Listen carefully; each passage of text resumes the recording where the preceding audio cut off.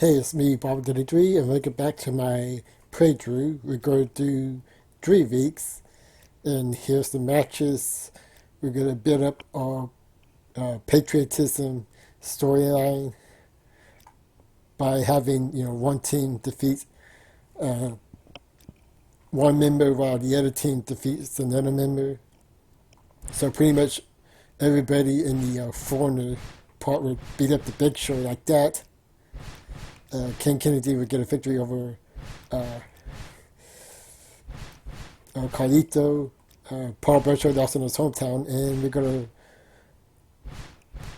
have Jim Neidhart face Chavo Guerrero in the main event in a champion versus champion match. Probably should have made that for the U.S. title, but it works on 2 levels. Chavo's from El Paso, Texas. He's an American. And he's also in a storyline called Legend Care, so facing Jim Neidhart makes sense on 2 levels. Well, Jim Neidhart is Jim Neidhart.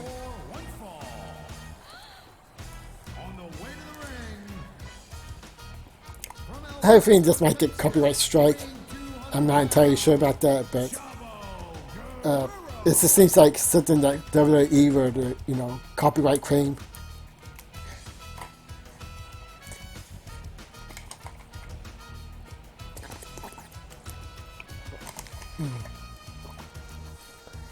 So far, they only copyright claim Chris Masters videos, interest music, I mean.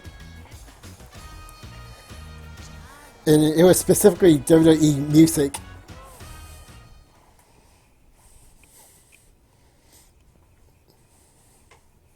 It's also on the copyright claim, which is, of course, a part of WWE itself. And the opponent, accompanied by William Regal. Music.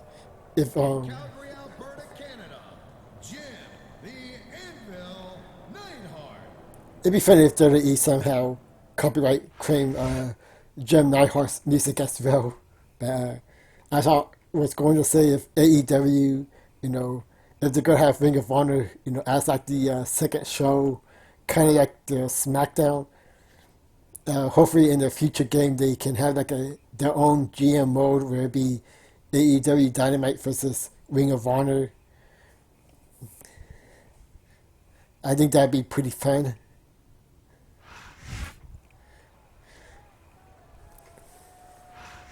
But this is not going to be fun for Chavo, although that is a decent counter. But Jim Neidhart's not going to be taking that. But neither is Chavo. Chavo is fighting for America. And, and there's no legend bigger to kill than Jim Neidhart, at least in this little mode, since we don't have Austin, The Rock, Brett, Hulk Hogan, Cactus Jack. We do have Doolittle, Mick Foley, Eddie Guerrero, Ben Bigelow, who's in this mode, but not as popular as Jim Neidhart, at least currently. But other than that, Jim Neidhart is, the most popular in this game so far.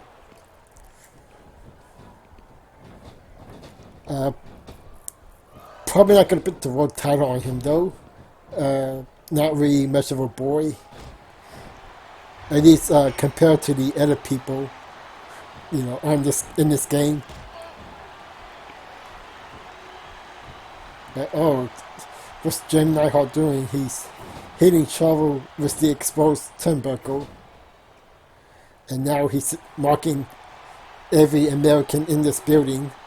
Even though we're not in America, this is being held in, I think, the Virgin Islands.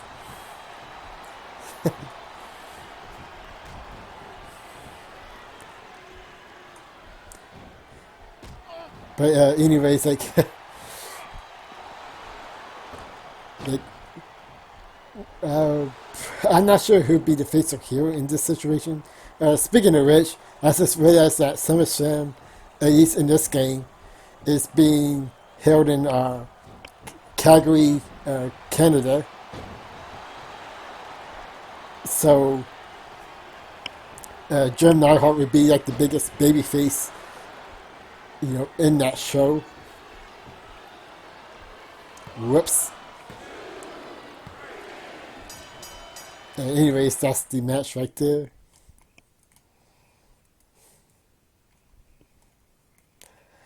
Uh,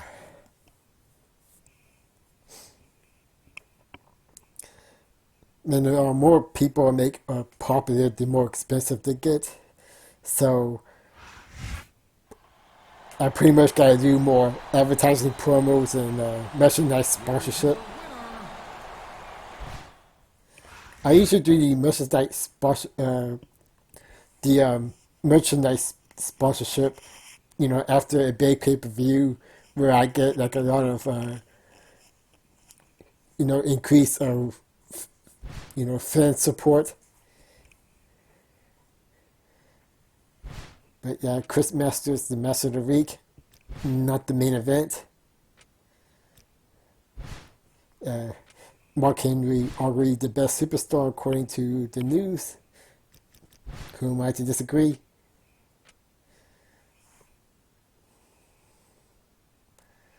And now we're in Mexico. So Psychosis, you know, Psychosis hometown. Anyway, didn't really seem like they did too bad. I think they won the rating this week. I didn't pay attention to that. But anyways, we're gonna push William Regal and Shelton Benjamin, and it's gonna be a pretty big match for both of them.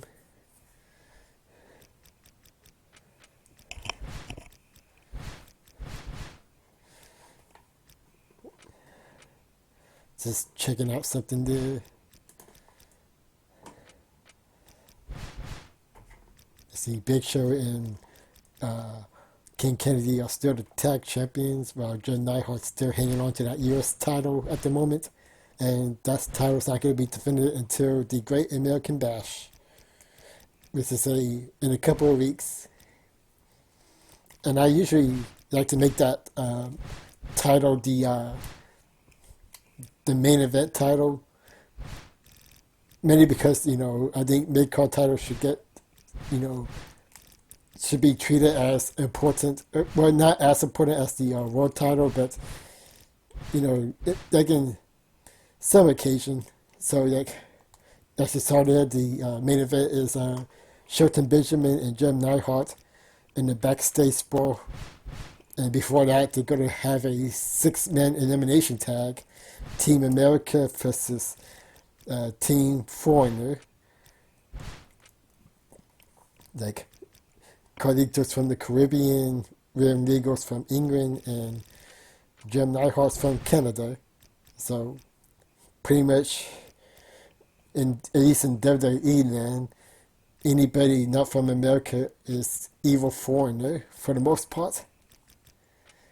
At least when you try to do like an evil foreigner gimmick. They do have like a Team Canada story,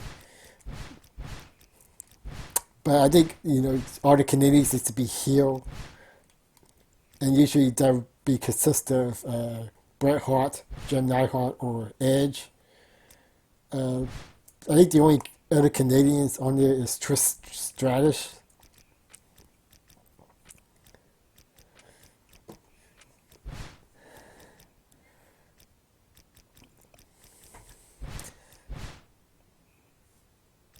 But anyways, like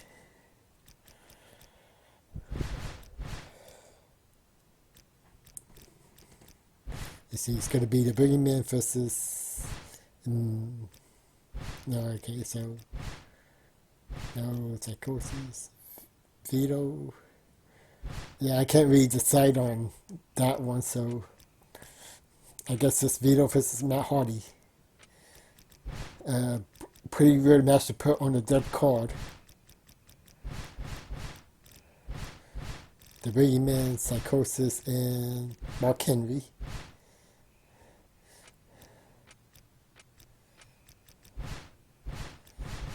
And the opening match would be Snitsky versus Viscera with Chris Master at his side. I think last week was Snitsky versus Chris Master, a rare heel versus heel.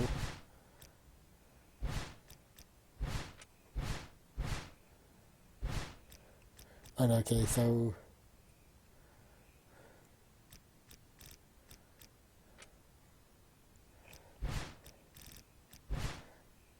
as you can see here, you can check out the info. See, Psychosis is from Mexico, so showing that off there.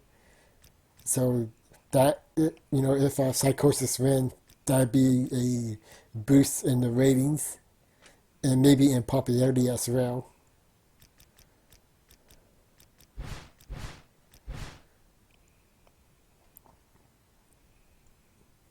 But anyways, time to start this second part.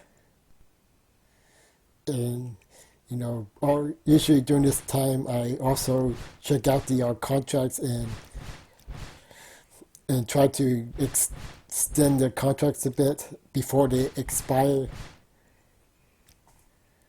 Okay, so Team America won, and we're gonna show off Shelton Benjamin beat up Jim Neidhart. Give a little preview for the Great American Bash.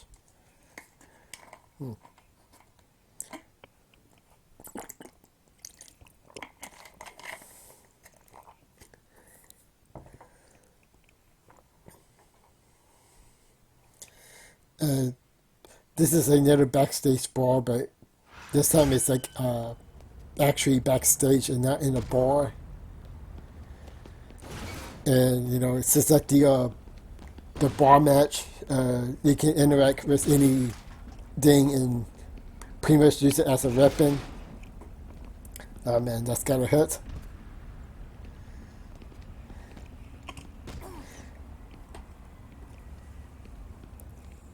Now, most of the time I do like a 50-50 booking to make sure that, especially when you're doing like promos and other stuff, that at least the superstar would get, on both sides would get some kind of boost. But in this case, Shelton Benjamin's going to win the tag match in this part. And of course, the objective in the backstage brawl is to knock out your opponent. And Shelton's just showing off right there.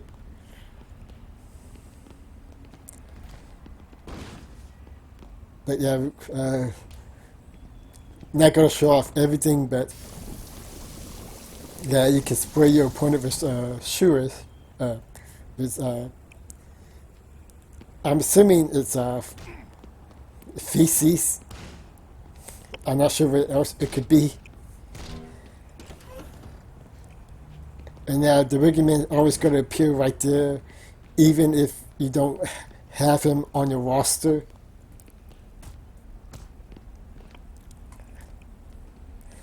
And I'm going to show off Shelton Benjamin's secondary move. This is Charlie Horse submission move.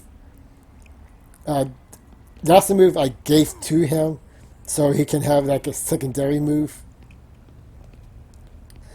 But his main move is the T-bone suplex. Counter that. It's too short. But Shelton's still up and at him.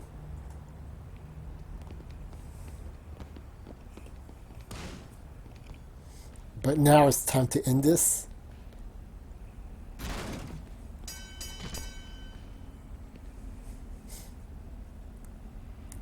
It's weird seeing the victory animation but not have any music.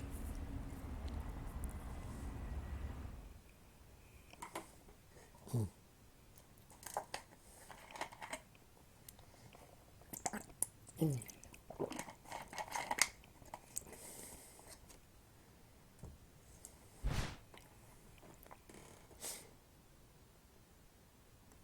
anyways, that's this week, and SmackDown's back up to 110,000. That's pretty good. Dude Liv won the IC title.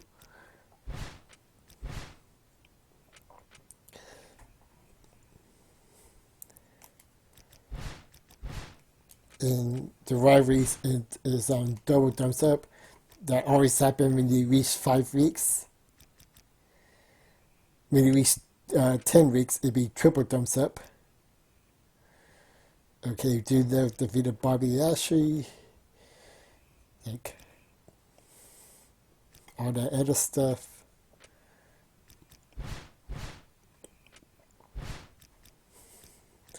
Let's see, Viscera's up to 74, 76. Shelton Benjamin's in 84. That's pretty good. He was like in the mid 70s. So that's pretty good. Ooh, Bam Bam Bigelow is at 90. That's pretty good. So pretty good boost in popularity overall. At least for the people that won. Psychosis got a small boost. Let's see, Mark Henry's still Mark Henry. And we got one more week to go here. Let's see. Hang on. Alright, so I was going to save this part for like for that and the Great American Bash, but I got this all set up, and pretty much we're going to promote the pay-per-view, and then pretty much simulate the majority of this match. Okay, so William Regal and Jim Neidhart got their revenge on Shelton Benjamin at the main event. And, Matt Hardy and Mark Henry are going at it at a tables match.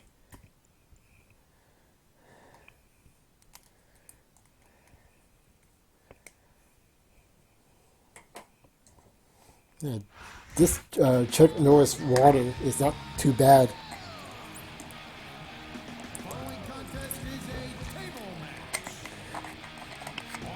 I mean, it's just water, so, I mean, not really any special, but, I can notice a slight difference. Though I still prefer the cold water and the other water that I like that has, more vitamins and nutrients in it. I need to get more of that water. Trying to cut back on soda.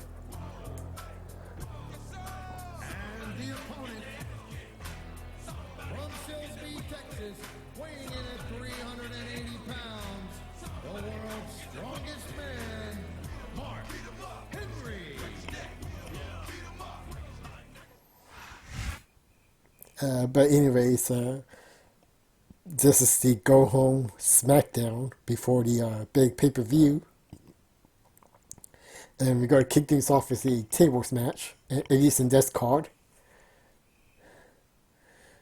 Triple H really questioning my how I book the show every week, pretty much.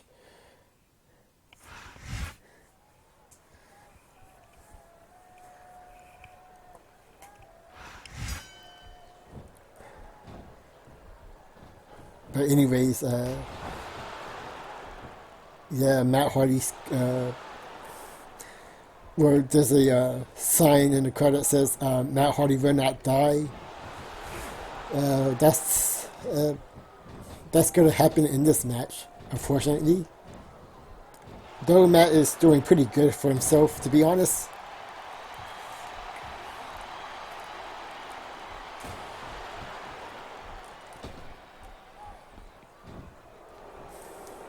I meant to just grab his leg like that. So pretty much whenever you're behind him, you distracted him. Unless you're like a heavyweight grabbing a cruiserweight, then the cruiserweight will just fall right down.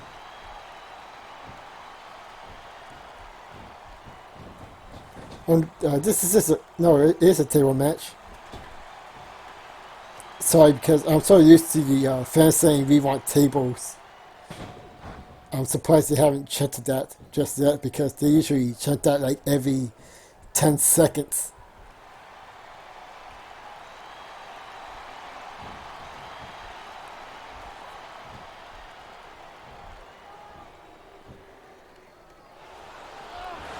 These fans are actually being patient.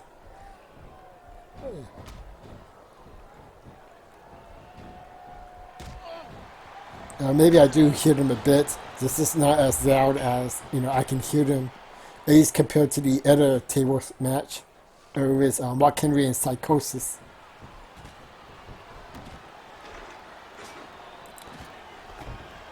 Okay. Now we're gonna show this off. For Mark Henry, it's just a power bomb. I think Triple H is able to do a pedigree on top of the table, so that's pretty cool. You see, of course, John Cena can do an attitude adjustment. Edge and Bobby Lashley can spear somebody to a table if you put the table up to the turnbuckles. So,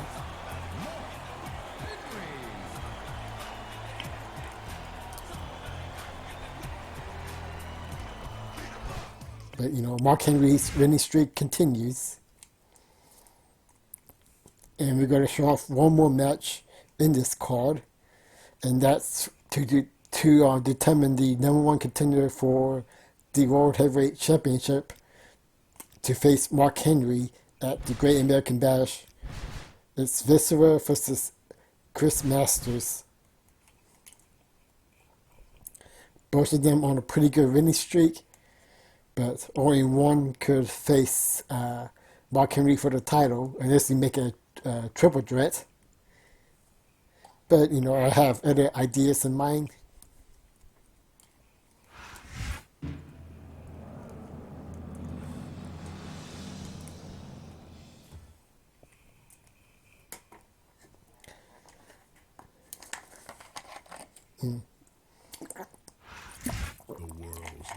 Now usually I try to show off the Chris Masters entrance, but because of that copyright, I'm gonna cut it short every time. I am gonna show this off a bit.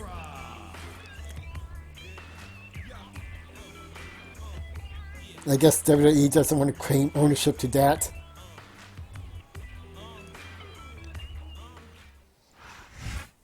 But you get the idea.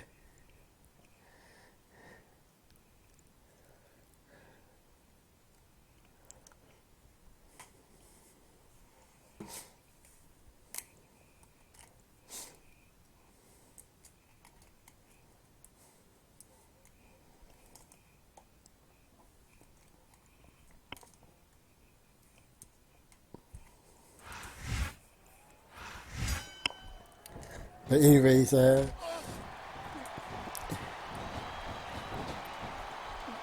although I'm not against a heel versus heel match, especially in this pay-per-view where the world title is not the main event. Well, I don't think it's much of a spoiler because you saw who I picked.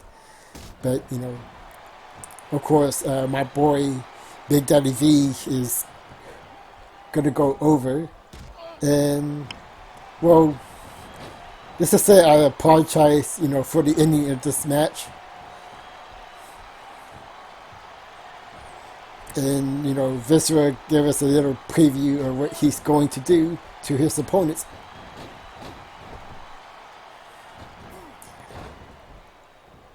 Then, even though he can do something like that in real life, maybe not, that high off the ground, it still looks pretty weird to see him to do that even in a video game.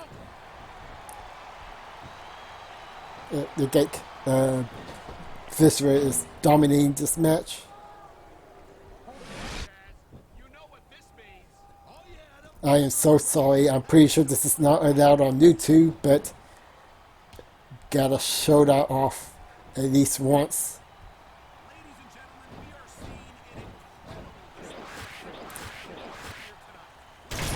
Like, honestly, I would rather have Viscera do the Yokozuna bomb, from the turnbuckles, rather than that. Even though there's probably like a 90% chance that Viscera will actually injure me, maybe even kill me, I'll probably still take that over uh, what you just saw there, even if that move is 100% safe. The world's largest machine. Here's your winner, Viscera. Oh boy.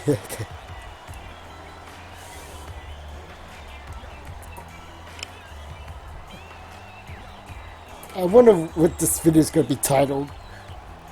Like, it's going to be something involving that, I'm sure. I'm just looking for like a family friendly way, like I don't know.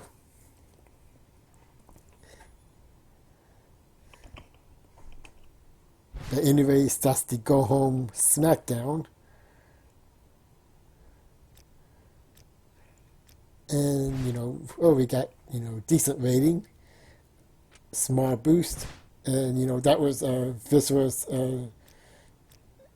10th straight win, so he won 10 in a row. Could he make it 11 at the Great American Bash? Let's find out next time. This is me, Baba WWE, and I'll catch you guys later.